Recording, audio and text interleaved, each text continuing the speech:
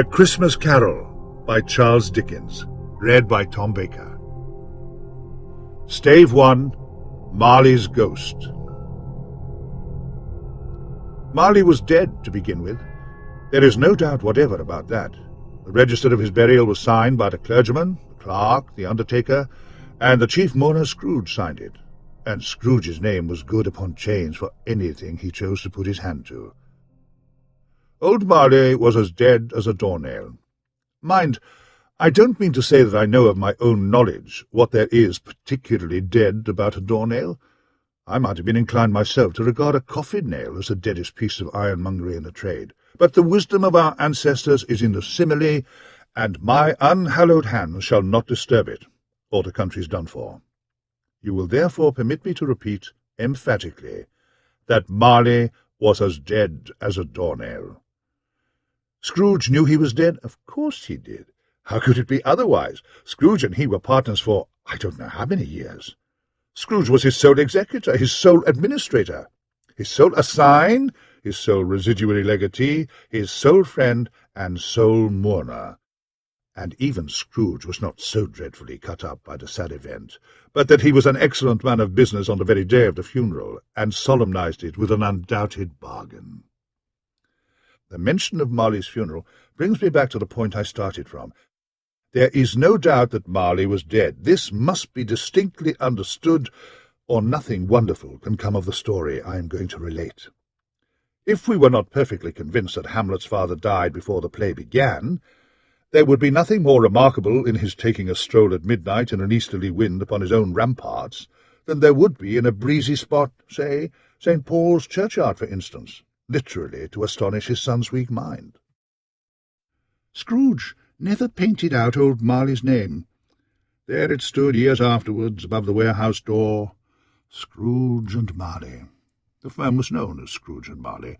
Sometimes people new to the business called Scrooge Scrooge, and sometimes Marley, but he answered to both names. It was all the same to him.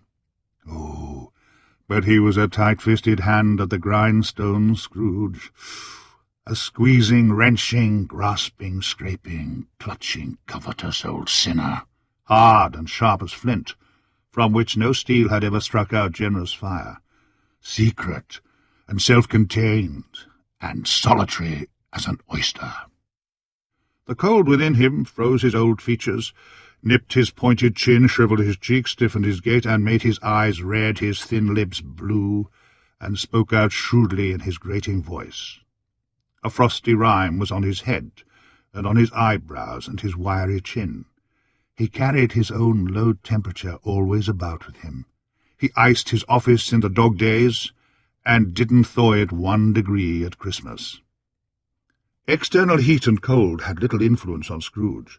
No warmth could warm, no wintry weather chill him, no wind that blew was bitterer than he, no falling snow was more intent upon its purpose, no pelting rain less open to entreaty. Foul weather didn't know where to have him. The heaviest rain and snow and hail and sleet could boast of the advantage over him in only one respect.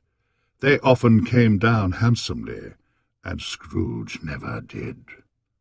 Nobody ever stopped him in the street to say with gladsome looks, "My dear Scrooge, how are you? When will you come to see me?" No beggars implored him to bestow a trifle. No children asked him what it was o'clock. No man or woman ever once in all his life inquired the way to such and such a place of Scrooge. Even the blind men's dogs appeared to know him, and when they saw him coming on, would tug their owners into doorways and up courts, and then would wag their tails as though they said, "No eye at all is better than an evil eye, dark master." But what did Scrooge care? It was the very thing he liked. To edge his way along the crowded paths of life, warning all human sympathy to keep its distance, was what the knowing ones called nuts to Scrooge. Once upon a time, of all the good days in the year, on Christmas Eve, old Scrooge sat busy in his counting-house. It was cold, bleak, biting weather, foggy withal, and he could hear the people in the court outside go wheezing up and down, beating their hands upon their breasts and stamping their feet upon the pavement stones to warm them. The city clocks had only just gone 3, but it was quite dark already. It had not been light all day. The candles were flaring in the windows of the neighbouring offices like ruddy smears upon the palpable brown air. The fog came pouring in every chink and keyhole, and was so dense without that although the court was of the narrowest, the houses opposite were mere phantoms. To see the dingy cloud come drooping down, obscuring everything, one might have thought that nature lived hard by, and was brewing on a large scale. The door of Scrooge's counting-house was open that he might keep his eye upon his clerk, who in a dismal little cell beyond, a sort of tank, was copying letters. Scrooge had a very small fire, but the clerk's fire was so very much smaller that it looked like one coal. But he couldn't replenish it, for Scrooge kept the coal-box in his own room, and so surely as the clerk came in with a shovel, the master predicted that it would be necessary for them to part. Wherefore the clerk put on his white comforter, and tried to warm himself at the candle, in which effort, not being a man of strong imagination, he failed. "A Merry Christmas, Uncle! God save you!" It was the voice of Scrooge's nephew, who came upon him so quickly that this was the first intimation he had of his approach. "Bah!" said Scrooge. "Humbug!" He had so heated himself with rapid walking in the fog and frost, this nephew of Scrooge's, that he was all in a glow. His face was ruddy and handsome, his eyes sparkled, and his breath smoked again. "Christmas? A humbug, Uncle," said the nephew. "You don't mean that, I'm sure." "I do," said Scrooge. "Merry Christmas? Ah, what right have you to be merry? What reason have you to be merry? You're poor enough." "Come, then. What right have you to be dismal? What reason have you to be morose? You're rich enough." Scrooge, having no better answer ready on the spur of the moment, said "Bah!" again, and followed it up with "Humbug!" "Don't be cross, Uncle," said the nephew. "What else can I be, when I live in such a world of fools as this? Merry Christmas? Out upon Merry Christmas! What's Christmas time to you but a time for paying bills without money, a time for finding yourself a year older and not an hour richer, a time for balancing your books and having every item in them through a round dozen of months presented dead against you? If I could work my will," said Scrooge, "every idiot who goes about with Merry Christmas on his lips should be boiled with his own pudding, and buried with a stake of holly through his heart. He should." "Uncle," pleaded the nephew. "Nephew, keep Christmas in your own way, and let me keep it in mine." "Keep it? But you don't keep it." "Let me leave it alone, then. Much good may it do you.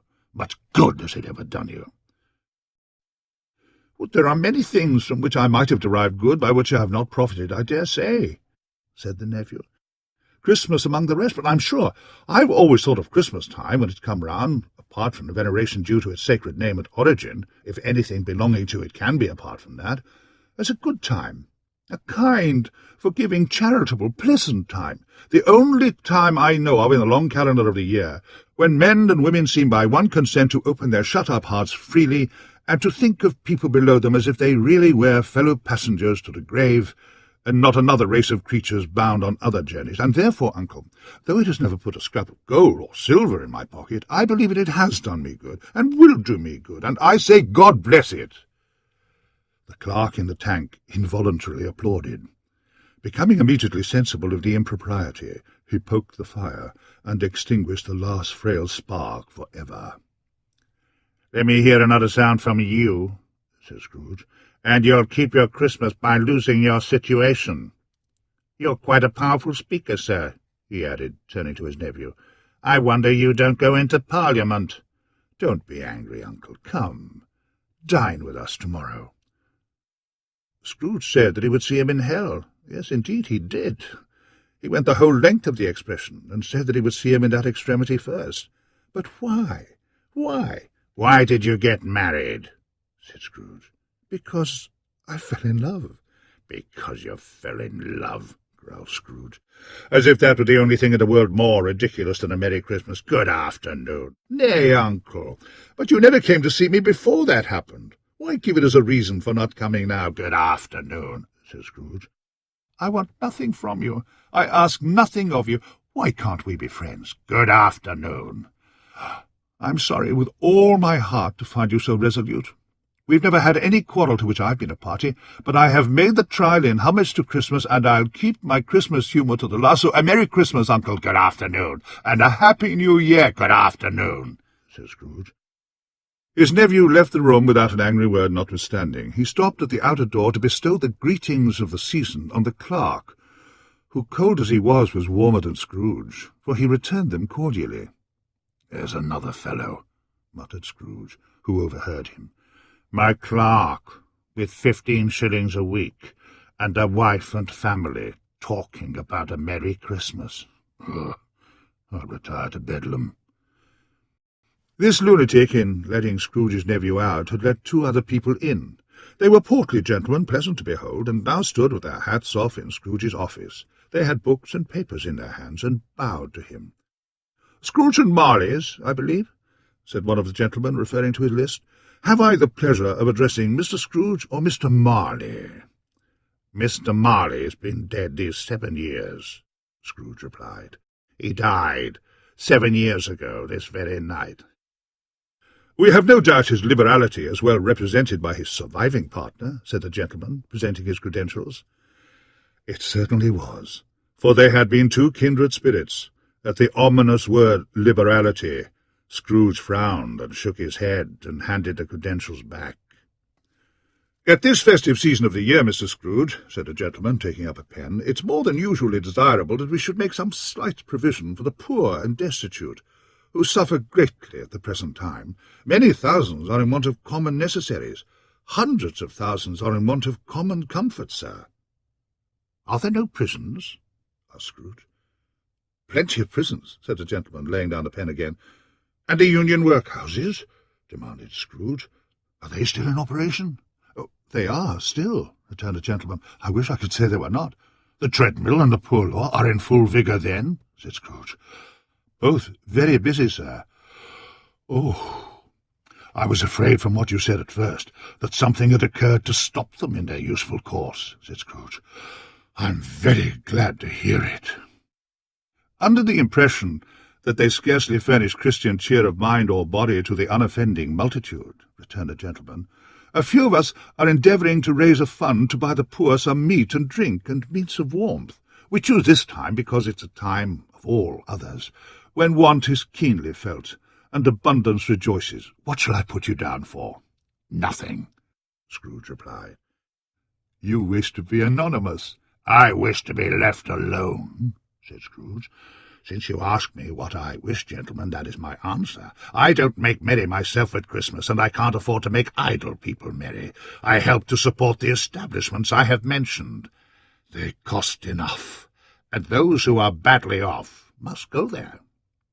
Many can't go there, and many would rather die." "Oh, if they'd rather die," said Scrooge, "they'd better do it, and decrease the surplus population. Besides, excuse me, I don't know that." "But you might know it," observed the gentleman. "It's not my business," Scrooge returned. "It's enough for a man to understand his own business and not to interfere with other people's. Mine occupies me constantly. Good afternoon, gentlemen." Seeing clearly that it would be useless to pursue their point, the gentleman withdrew. Scrooge resumed his labours with an improved opinion of himself, and in a more facetious temper than was usual with him. Meanwhile the fog and darkness thickened so that people ran about with flaring links, proffering their services to go before horses in carriages and conduct them on their way. The ancient tower of a church, whose gruff old bell was always peeping slyly down at Scrooge out of a Gothic window in the wall, became invisible, and struck the hours and quarters in the clouds, with tremulous vibrations afterwards, as if its teeth were chattering at its frozen head up there. The cold became intense. In the main street, at the centre of the court, some labourers were repairing the gas pipes, and had lighted a great fire in a brazier, round which a party of ragged men and boys were gathered, warming their hands and winking their eyes before the blaze, in rapture. The water-plug, being left in solitude, its overflowing suddenly congealed and turned to misanthropic ice. The brightness of the shops, where holly sprigs and berries crackled in the lamp heat of the windows, made pale faces ruddy as they passed. Poulterers' and grocers' trades became a splendid joke, a glorious pageant, with which it was next to impossible to believe that such dull principles as bargain and sale had anything to do.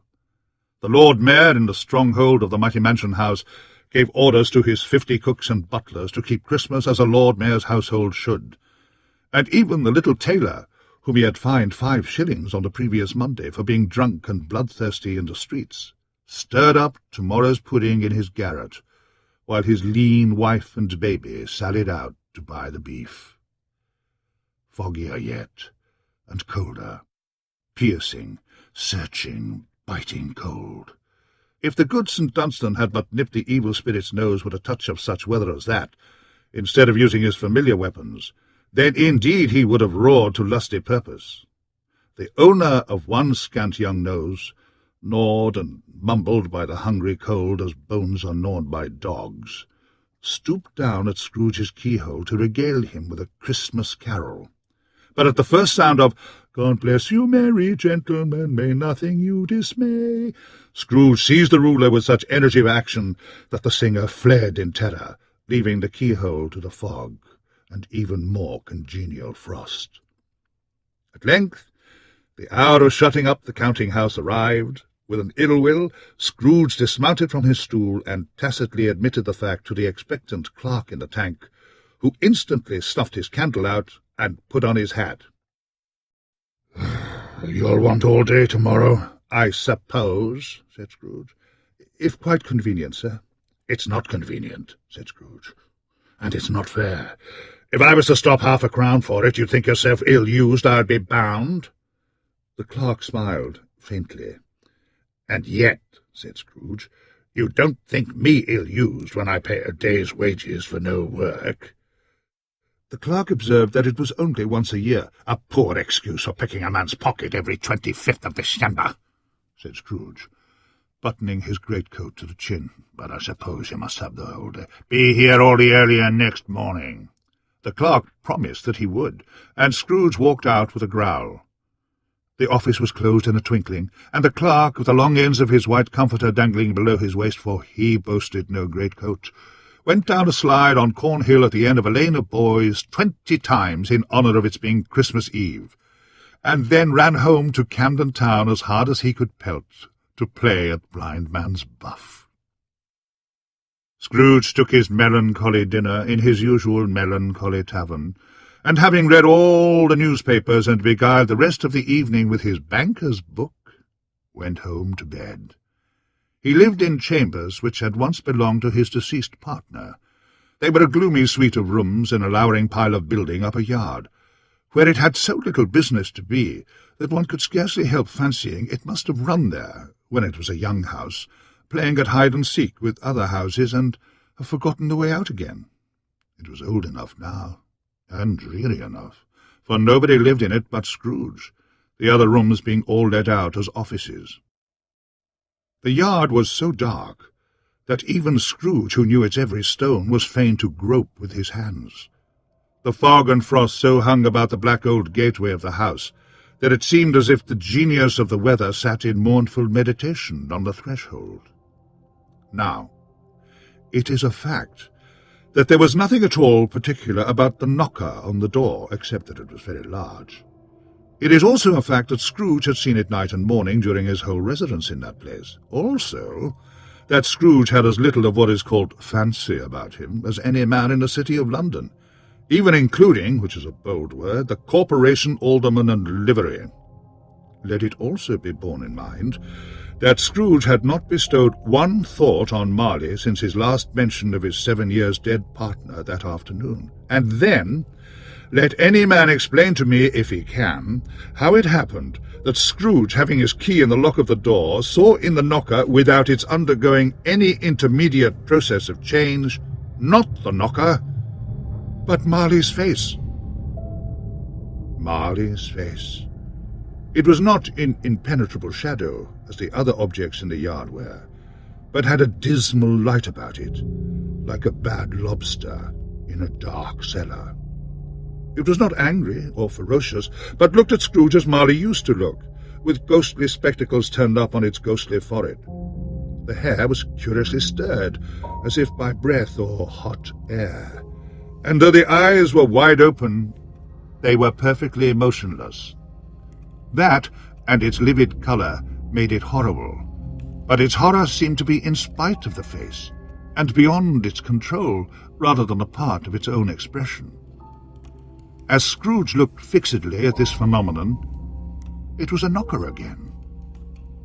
To say that he was not startled, or that his blood was not conscious of a terrible sensation to which it had been a stranger from infancy, would be untrue. But he put his hand upon the key he had relinquished, turned it sturdily, walked in, and lighted his candle. He did pause with a moment's irresolution before he shut the door, and he did look cautiously behind it first, as if he half expected to be terrified with the sight of Marley's pigtails sticking out into the hall. But there was nothing on the back of the door, except the screws and nuts that held the knocker on. So Scrooge said, "Pooh, pooh," and closed it with a bang. The sound resounded through the house like thunder.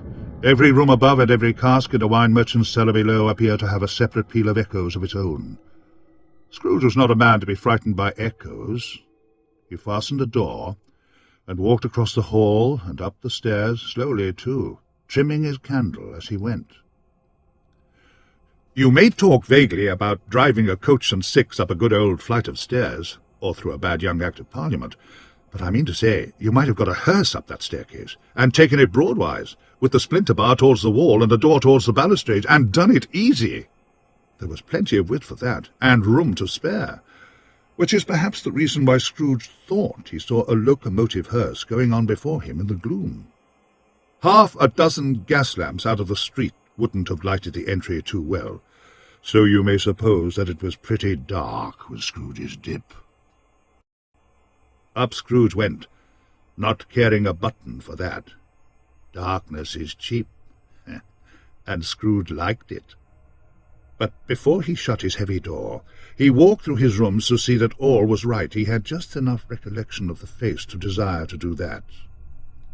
Sitting-room, bedroom, lumber-room, all as they should be, nobody under the table, nobody under the sofa, a small fire in a grate, spoon and basin ready, and the little saucepan of gruel, Scrooge had a cold in his head, upon the hob.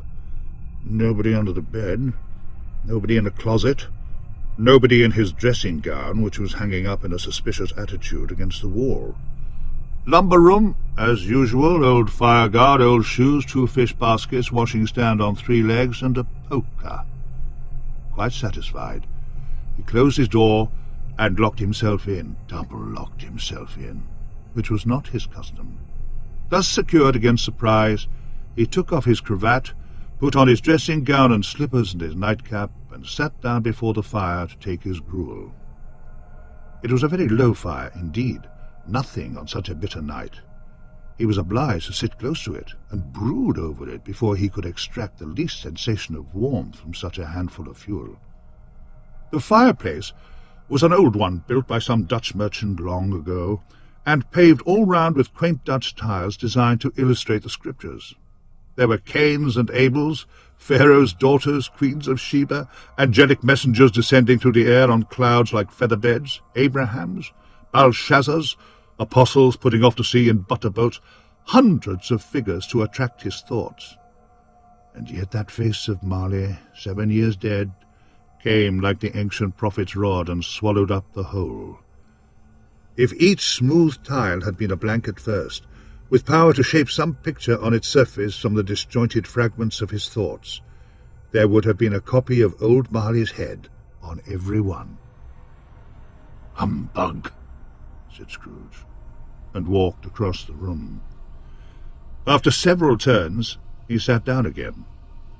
As he threw his head back in the chair, his glance happened to rest upon a bell, a disused bell, that hung in the room and communicated, for some purpose now forgotten, with a chamber in a higher story of the building. It was with great astonishment, and with a strange, inexplicable dread, that as he looked, he saw this bell begin to swing. It swung so softly in the outset that it scarcely made a sound, but soon it rang out loudly, and so did every bell in the house. This might have lasted half a minute or a minute, but it seemed an hour. The bells ceased as they had begun together. They were succeeded by a clanking noise, deep down below, as if some person were dragging a heavy chain over the casks in the wine merchant's cellar. Scrooge then remembered to have heard that ghosts in haunted houses were described as dragging chains. The cellar door flew open with a booming sound, and then he heard the noise much louder on the floors below, then coming up the stairs, then coming straight towards his door. "It's humbug still," said Scrooge. "I won't believe it." His colour changed, though, when without a pause it came on through the heavy door and passed into the room before his eyes. Upon its coming in, the dying flame leaped up as though it cried, "I know him! Marley's ghost!" and fell again. Same face, the very same. Marley in his pigtail usual waistcoat, tights and boots, the tassels on the latter bristling like his pigtail and his coat skirts, and the hair upon his head. The chain he drew was clasped about his middle. It was long and wound about him like a tail, and it was made, for Scrooge observed it closely, of cash-boxes, keys, padlocks, ledgers, deeds, and heavy purses wrought in steel. His body was transparent, so that Scrooge, observing him and looking through his waistcoat, could see the 2 buttons on his coat behind. Oh! Scrooge had often heard it said that Marley had no bowels, but he had never believed it until now. No, nor did he believe it even now, though he looked the phantom through and through, and saw it standing before him, though he felt the chilling influence of its death-cold eyes, and marked the very texture of the folded kerchief bound about its head and chin, which wrapper he had not observed before. He was still incredulous, and fought against his senses.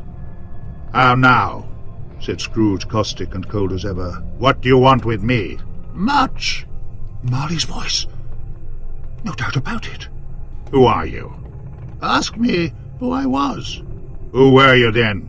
said Scrooge, raising his voice. "You're particular for a shade." He was going to say to a shade, but substituted this as more appropriate. "In life, I was your partner, Jacob Marley." Can you sit down?" asked Scrooge, looking doubtfully at him. "I can." "Do it, then." Scrooge asked the question because he didn't know whether a ghost so transparent might find itself in a condition to take a chair, and felt that in the event of its being impossible, it might involve the necessity of an embarrassing explanation.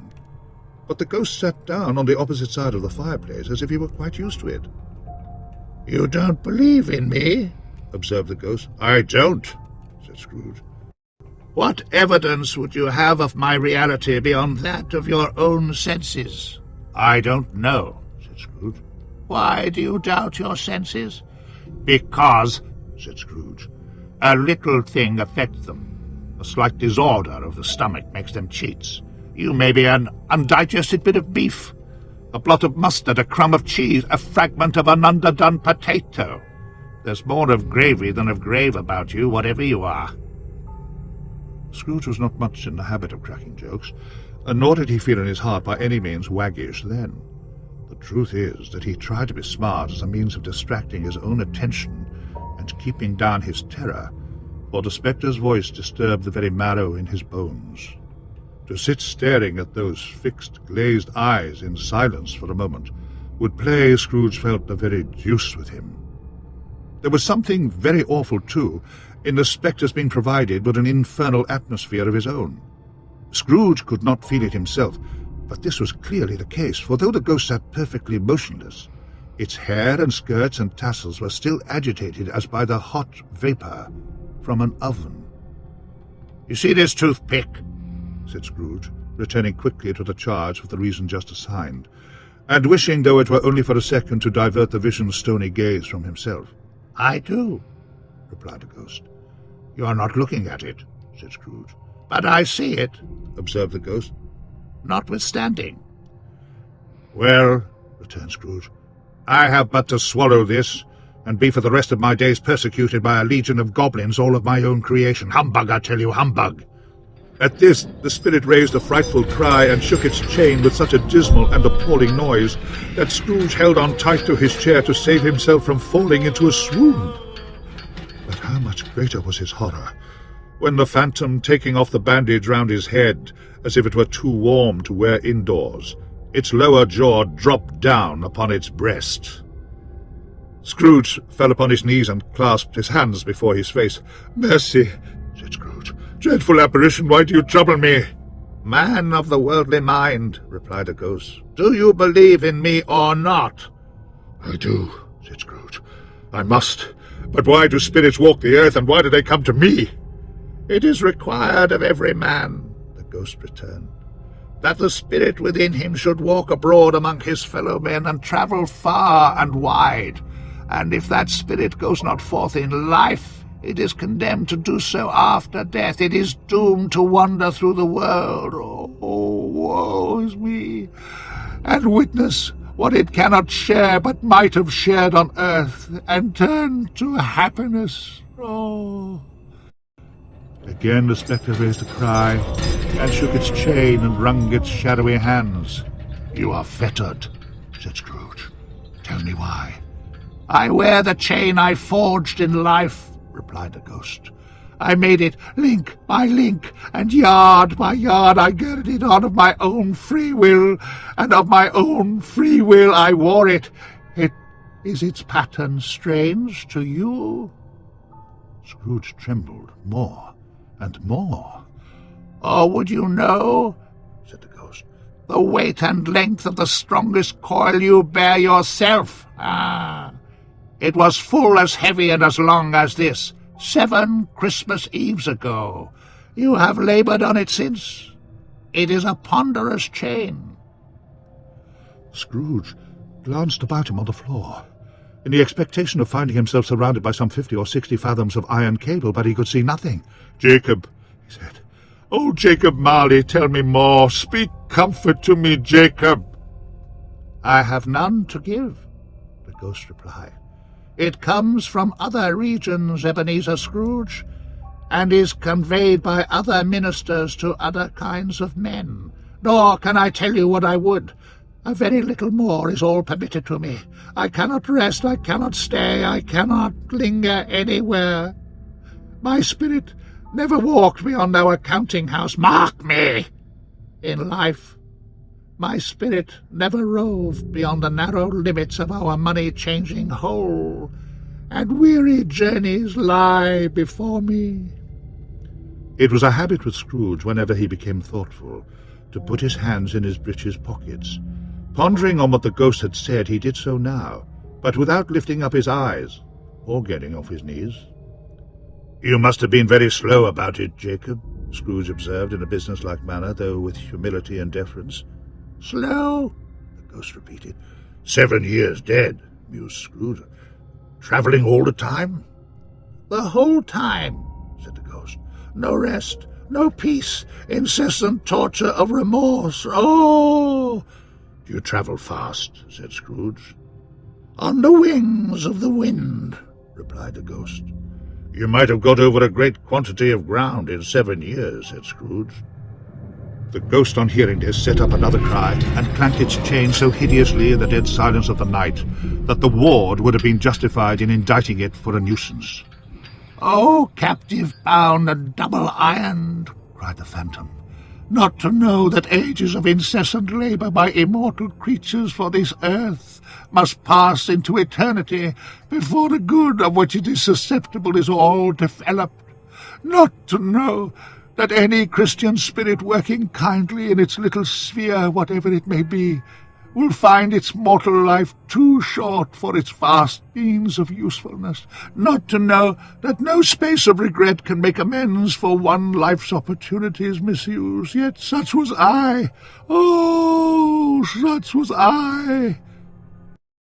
"But you were always a good man of business, Jacob," faltered Scrooge, who now began to apply this to himself. "Business?" cried the ghost, wringing its hands again.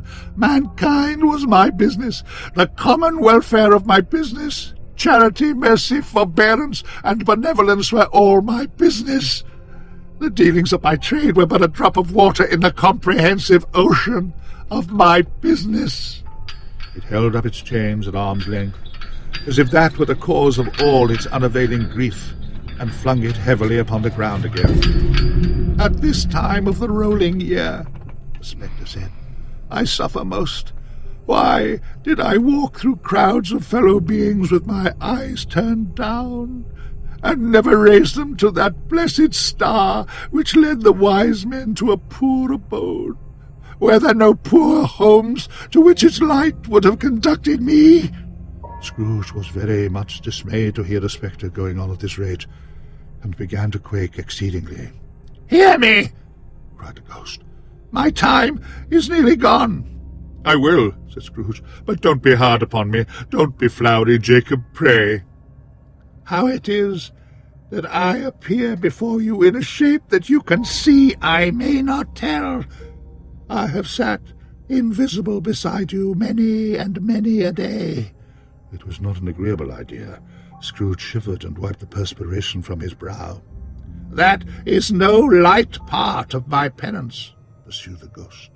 "I am here tonight to warn you that you have yet a chance and hope of escaping my fate, a chance and hope of my procuring Ebenezer." "You were always a good friend to me," said Scrooge. "Thank ye." "You will be haunted," resumed the ghost, "by 3 spirits." Scrooge's countenance fell almost as low as the ghost's had done. "Is that the chance and hope you mentioned, Jacob?" he demanded in a faltering voice. "It is." I think I'd rather not," said Scrooge. "Without their visits," said the ghost, "you cannot hope to shun the path I tread. Expect the first tomorrow when the bell tolls 1. "Couldn't I take them all at once and have it over, Jacob?" hinted Scrooge. "Expect the second on the next night at the same hour, the third upon the next night when the last stroke of 12 has ceased to vibrate. Look to see me no more, and look that for your own sake you remember what has passed between us. Oh." When it said these words, the spectre took its wrapper from the table and bound it round its head as before. Scrooge knew this by the smart sound its teeth made when the jaws were brought together by the bandage. He ventured to raise his eyes again and found his supernatural visitor confronting him in an erect attitude, with its chain wound over and about its arm. The apparition walked backward from him, and at every step it took the window raised itself a little, so that when the spectre reached it, it was wide open. It beckoned Scrooge to approach, which he did. When they were within 2 paces of each other, Marley's ghost held up its hand, warning him to come no nearer. Scrooge stopped.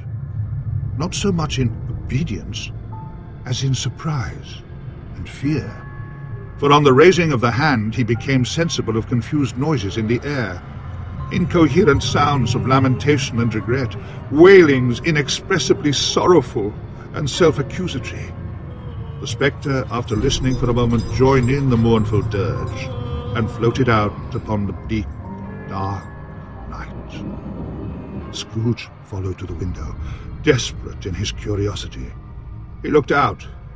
The air was filled with phantoms wandering hither and thither in restless haste, and moaning as they went. Every one of them wore chains, like Marley's ghost. Some few, they might be guilty governments, were linked together. None were free. Many had been personally known to Scrooge in their lives. He had been quite familiar with one old ghost in a white waistcoat, with a monstrous iron safe attached to its ankle, who cried piteously at being unable to assist a wretched woman with an infant whom it saw below upon a doorstep. The misery with them all was clearly that they sought to interfere for good in human matters, and had lost the power forever.